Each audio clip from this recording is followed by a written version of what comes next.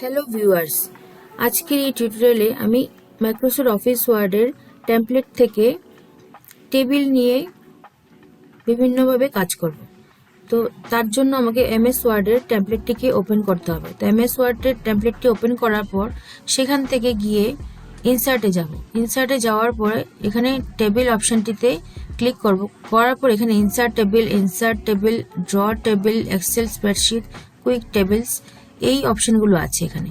তো ফার্স্ট অপশনটা হচ্ছে ইনসার্ট টেবিল, মিনস এখানে একটি সীমিত 10:8 এর একটি টেবিল আছে, মিনস 10:8 এর বাইরে আপনি অন্য কোনো ঘর নিতে পারবেন না এক্সট্রা করে। তো এখানে আপনি যেরকম খুশি, যেরকম 2:1 এর নিতে পারেন, 5:3 এর নিতে পারেন, চাইলে 10:8 এরও নিতে পারেন। তো আপনি 10:8 এর যদি ঘরটি নেন, দেখেন যে এখানে ওয়ার্কিং এরিয়াটিতে 10:8 টেবিলটি চলে এসছে। তো আপনি চাইলে এটাকে ড্র্যাগ করে টেবিলটিকে ছোট বড় করতে পারেন, এবং এখানে যে 4টি কর্নার করে একটি লোগো আছে, সেই লোগোটিতে ক্লিক করলে পুরো টেবিলটি সিলেক্ট হয়ে যাবে। করার পর দেখা যাবে যে এখানে ভার্টিক্যালি যেগুলো আছে সেগুলোকে বলে কলাম, এবং হরাইজন্টালি যেগুলো আছে সেগুলোকে বলে রো। এই টেবিলটি নিয়ে যদি আপনি কাজ করতে চান, তারপর টেবিলের প্রত্যেকটি কলামের উপরের দিকে আপনি হেডারগুলো দিতে পারেন। তো এখন আপাতত এই টেবিলটা নিয়ে কথা বলবো না। তো টেবিলটাকে আমি যদি চাই, আবার আপনি এখানে রাইট ক্লিক করে ডিলিট টেবিল করতে পারেন। তো এটা হলো একরকম ইনসার্ট করার পদ্ধতি। আবার ইনসার্টের অপশনে গিয়ে টেবিল থেকে নিয়ে এখানে তো আপনি আপনার ইচ্ছা মতো টেবিল ড্র করতে পারছেন না, কারণ এখানে যতদূর পারবেন 10:8 পারবেন। যদি আপনি আপনার ইচ্ছে মতো টেবিল ড্র করতে চান, তখন আপনি তার নিচের অপশনটিতে যাবেন, সেটা হলো ইনসার্ট টেবিল। এখানে ক্লিক করবেন। করার পরে ইনসার্ট টেবিলের যে উইন্ডোটি আসবে, সেই উইন্ডোটিতে গিয়ে নাম্বার অফ কলামস এবং নাম্বার অফ রোজগুলো দেখবেন। সেটাকে আপনি এই ট্রায়াঙ্গেল শেপের লোগোটা আছে ওইটাতে ক্লিক করলে এটা ছোট হবে, ওপরে দিয়ে গেলে এটা বড় হবে। এরকম করে আপনি নাম্বার অফ কলামস বাড়াতে পারেন, কমাতে পারেন। সেমভাবে নাম্বার অফ রোজও কমাতে পারেন, বাড়াতে পারেন। তো এরকম করে আপনি 8:5 এর একটি টেবিল বানিয়ে ওকে করলে 8:5 এর একটি টেবিল তৈরি হয়ে যাবে। তো এটি হলো আরেক রকম ইনসার্ট করার পদ্ধতি।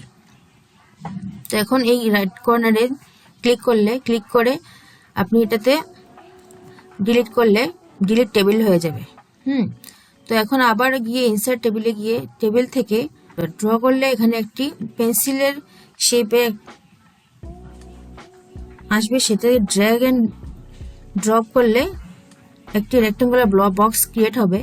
সেখানে গিয়ে এই পেন্সিলটি দিয়ে আপনি টেবিলের শেপ অনুসারে আপনি রো দেবেন। রো এখানে একটি রো, দুটি রো, তারপর 3টি রো, 4টি রো এবং 5টি রো হলো। তারপর এখানে আপনি যে কলামে এখানে একটি, যতগুলো কলাম হবে এখানে দেখেন, 1টি কলাম, 2টি কলাম, 3টি কলাম, 4টি কলাম, 5টি কলাম, 6টি কলাম, 7, 8, 9টি কলাম ক্রিয়েট হবে। তো এটি হলো তৈরি হলো একটি টেবিল। তো এটাকে আপনি যদি চান সেভাবে আবার আন্ডু করেও এখান থেকে এটাকে ডিলিট করতে পারেন। তো আবার ইনসার্ট অপশানে গিয়ে সেখানে টেবিল থেকে এক্সেল স্প্রেডশিট বা কুইক টেবিলস গেলে সেখানে কুইক টেবিলসের অনেকগুলো ফরম্যাট আছে। এই ফরম্যাটগুলো থেকে আপনি যে কোনো একটা ফরম্যাট নিয়ে যেরকম টেবিল তৈরি করতে পারেন। যেমন টেবিলের লিস্টের টেবিল আছে, উইক সাবহেডস আছে। এখন যেরকম ক্যালেন্ডারের একটি টেবিল আপনি তৈরি করতে চান, যেমন এখানে মে মাসের ক্যালেন্ডারের একটি টেবিল তৈরি হয়ে গেল। তো এভাবে আপনি ইনসার্ট টেবিল থেকে পরে বিভিন্নভাবে টেবিল ড্র করতে পারেন। তো এটি হলো আজকে টেবিল ড্র করার বিভিন্ন রকম পদ্ধতির একটি ভিডিও।